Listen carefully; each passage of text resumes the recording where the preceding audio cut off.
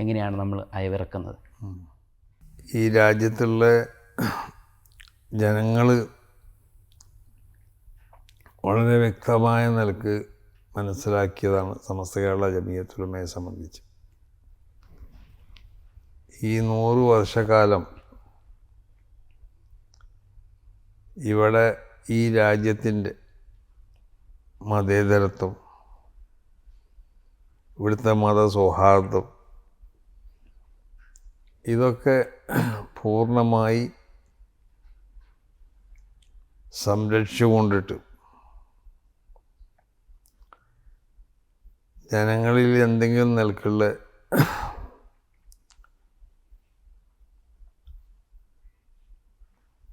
മോശമായ ചിന്താഗതികൾക്കോ പ്രവർത്തനങ്ങൾക്കോ നേതൃത്വം കൊടുക്കാതെ നന്മകൾക്ക് മാത്രം നേതൃത്വം കൊടുത്തുകൊണ്ട് 100 വർഷം ഇവിടെ തികക്കാൻ കഴിഞ്ഞു എന്നുള്ളത് ഈ സംഘടനൻ്റെ ഒരു പ്രത്യേകതയാണ്.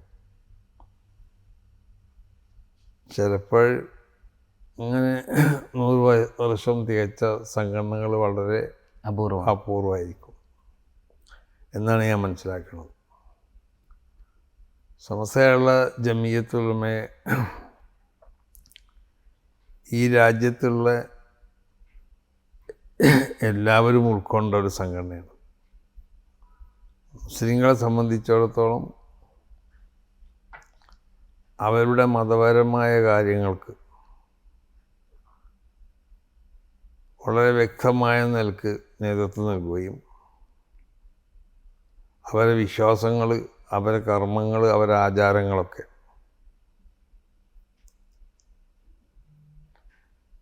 മഹാനാവുന്ന നബിയുനാ മുഹമ്മദ് സ്വല്ലല്ലാഹു അലൈഹി വസല്ലമ തങ്ങൾക്ക്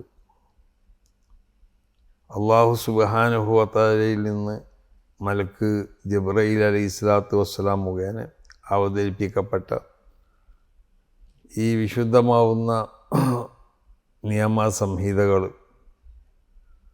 അഥവാ ഈ ശരീഅത്ത്, അതിന് ഒരു വള്ളിക്കും പുള്ളിക്കും യാതൊരു നിലക്കുള്ള വ്യത്യാസങ്ങളില്ലാതെ പ്രവാചകരിൽ നിന്ന് വിശുദ്ധമായ ഒരു സമൂഹമാണ് അതിനെ സ്വീകരിച്ചത്, അഥവാ സ്വഹാബത്ത്. ആ സ്വഹാബത്തിൽ നിന്ന് അവരെ പിന്തുടർന്ന താബിഈങ്ങൾ, താബിഈങ്ങളിൽ നിന്ന് തുടങ്ങി നമ്മളിലേക്ക് എത്തിയ ഈ വിശുദ്ധമാവുന്ന ഒരു പരമ്പര, വളരെ വിശുദ്ധമായ പരമ്പര. ആ പരമ്പരയിലുള്ള ഈ പരമ്പര നമ്മളിലേക്ക് എത്തിച്ചു തന്ന അതിൻ്റെ മഹാന്മാരെ സംബന്ധിച്ച് നമ്മൾ പരിശോധിച്ച് നോക്കിയാൽ ഓരോരുത്തരുടെ ചരിത്രവും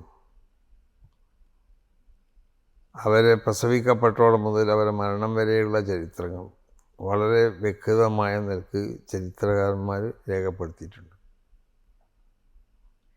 ഏതെങ്കിലും നിലക്കുള്ള എന്തെങ്കിലും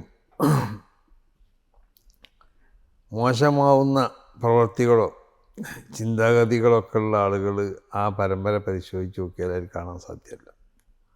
അപ്പോൾ അത്രയും വിശുദ്ധമായ പരമ്പരയിൽ കൂടി ലഭിക്കപ്പെട്ട ഈ ആശയാദർശങ്ങൾ, ഈ നിയമസംഹിതകൾ, ഈ ആചാര കർമ്മ വിശ്വാസപരമായ കാര്യങ്ങൾ, ഇതിവിടെ സംരക്ഷിച്ചു പോകുന്നു എന്നുള്ളത് തന്നെയാണ് മുസ്ലിങ്ങളെ സംബന്ധിച്ചിടത്തോളം അവരെ സന്തോഷിപ്പിക്കണമെന്ന്. അവരെ മുസ്ലിങ്ങളെ സംബന്ധിച്ചിടത്തോളം അവർക്ക് അവരുടെ മതപരമായ കാര്യങ്ങൾ ഏറ്റവും വിലപ്പെട്ടതാണ്. ആ മതപരമായ കാര്യങ്ങൾ അടിസ്ഥാനപരമായി അതിന് പോറലേൽക്കാതെ സംരക്ഷിക്കപ്പെടണമല്ലോ. ആ സംരക്ഷണം സമസ്ത കേരള ജമിയത്തുൽ ഉലമ ഇവിടെ നടത്തിയിട്ടുണ്ട് ഇന്നേ വരെ. അത് വിശുദ്ധ ഖുർആൻ്റെ പ്രഖ്യാപനമാണ്. ഇന്നാ നഹ്നു നസ്സൽന ദിക്ർ വ ഇന്നാ ലഹു ലഹാഫിളൂൻ. ഈ വിശുദ്ധ ശരീഅത്തിനെ അല്ലാഹുയാവുന്ന ഞാൻ ഇവിടെ അവതരിപ്പിച്ചു.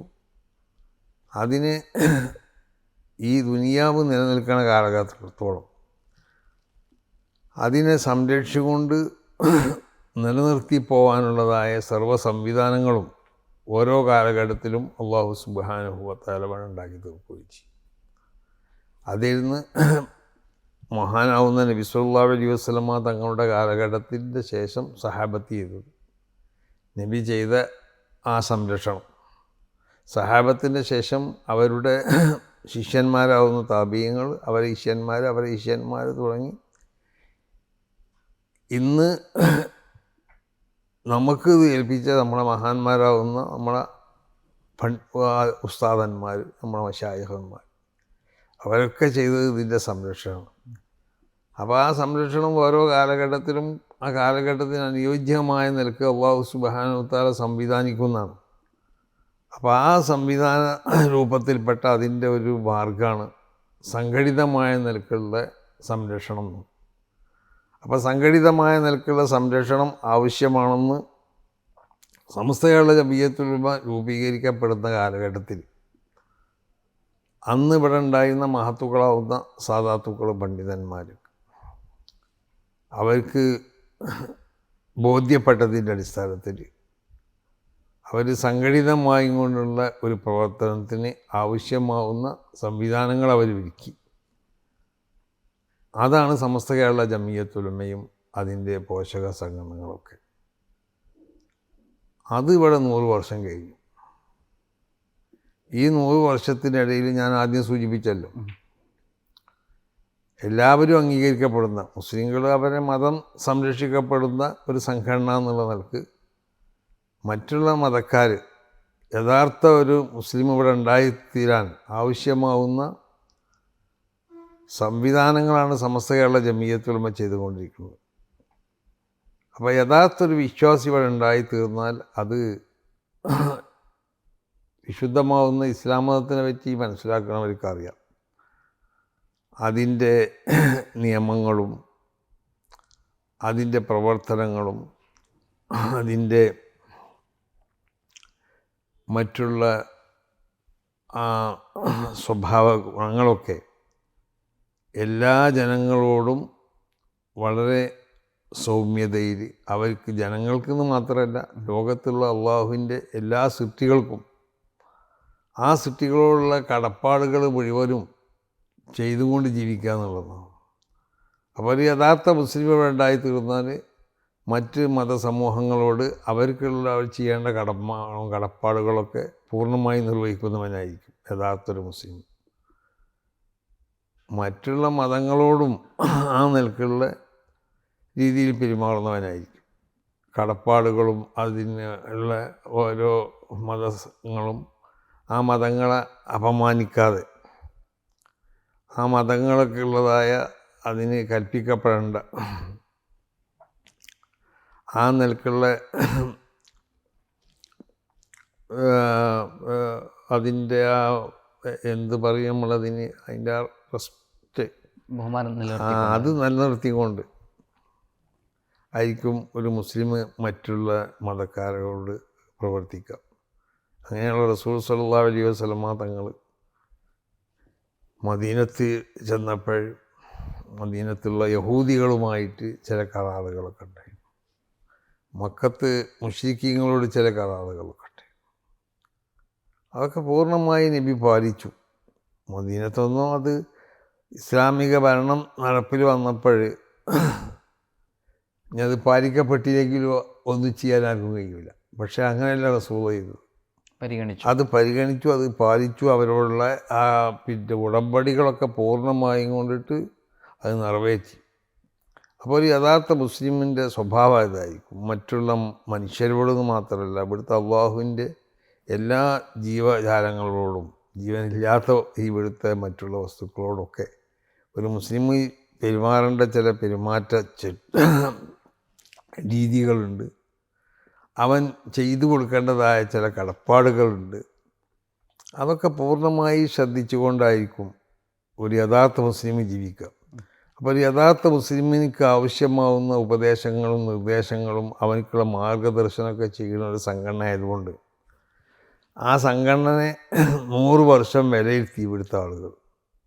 ഓരോ കാലഘട്ടത്തിൽ ഇവിടെ ജീവിച്ചവരും ആ സംഘടനയുടെ അതിൻ്റെ ലക്ഷ്യം, അതിൻ്റെ പ്രവർത്തനം, അതിൻ്റെ പോക്കൊക്കെ എങ്ങനെയാണെന്ന് വിലയിരുത്തിയതിൻ്റെ അടിസ്ഥാനത്തിൽ എല്ലാവരും അംഗീകരിക്കുന്നതായ ഒരു സംഘടനയായി കൊണ്ട് സമസ്ത കേരള ജമിയത്തുൽ ഉലമ മാറി. അതാണ് സമസ്ത കേരള ജമിയത്തുൽ ഉലമക്കുള്ള ഏറ്റവും വലിയ അതിൻ്റെ ഒരു അംഗീകാരം. എല്ലാ ജനങ്ങളും അംഗീകരിക്കുക. അള്ളാഹുവിൻ്റെ സർവ്വ സൃഷ്ടികളോടുള്ളതായ എല്ലാ കടപ്പാടുകളും നിർവഹിക്കുന്നതായ ആളുകൾ അവിടെ ഉണ്ടാക്കി തീർക്കുക. അതോടുകൂടി സൃഷ്ടാവിന് ചെയ്യേണ്ട കാര്യങ്ങൾ ആ സൃഷ്ടാവ് കൽപ്പിച്ചതനുസരിച്ച് ചെയ്യാൻ വേണ്ടി അതിൻ്റെ അനുയായികളോട് കൽപ്പിക്കുക. അന്നേക്ക് പ്രവർത്തിക്കുന്ന ഒരു സംഘടനയാണ് സമസ്ത കേരള ജമിയത്ത്. അതോടൊപ്പം ഈ രാജ്യത്തിന് ഏറ്റവും പ്രധാനപ്പെട്ട ഒന്നെന്ന് പറഞ്ഞാൽ വിദ്യാഭ്യാസമാണ്. അപ്പോൾ മതപരമായ വിദ്യാഭ്യാസത്തിൽ ഊന്നൽ നൽകിക്കൊണ്ട് വിശുദ്ധ ശരീഅത്ത്